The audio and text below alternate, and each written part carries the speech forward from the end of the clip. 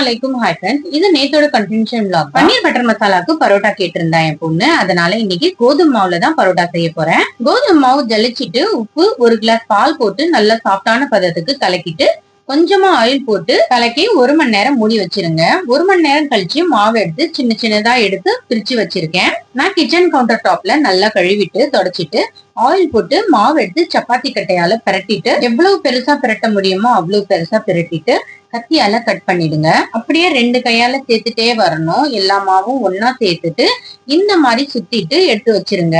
இதே மாதிரி எல்லா மாவுலயும் செஞ்சுட்டு 1/2 மணி நேரம் மூடி வச்சிருங்க. 1/2 மணி நேரம் கழிச்சு ஒண்ணு எடுத்து கையால தட்டிடுங்க. தவா சூடு பண்றதுக்கு வச்சிருக்கேன்.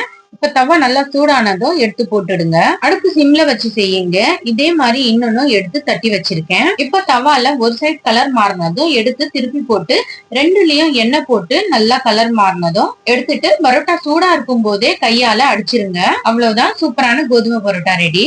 இது பன்னீர் பட்டர் மசாலாக்கு வச்சு சாப்பிட்டீங்கன்னா ரொம்பவே நல்லா இருக்கும். ட்ரை பண்ணி பாருங்க.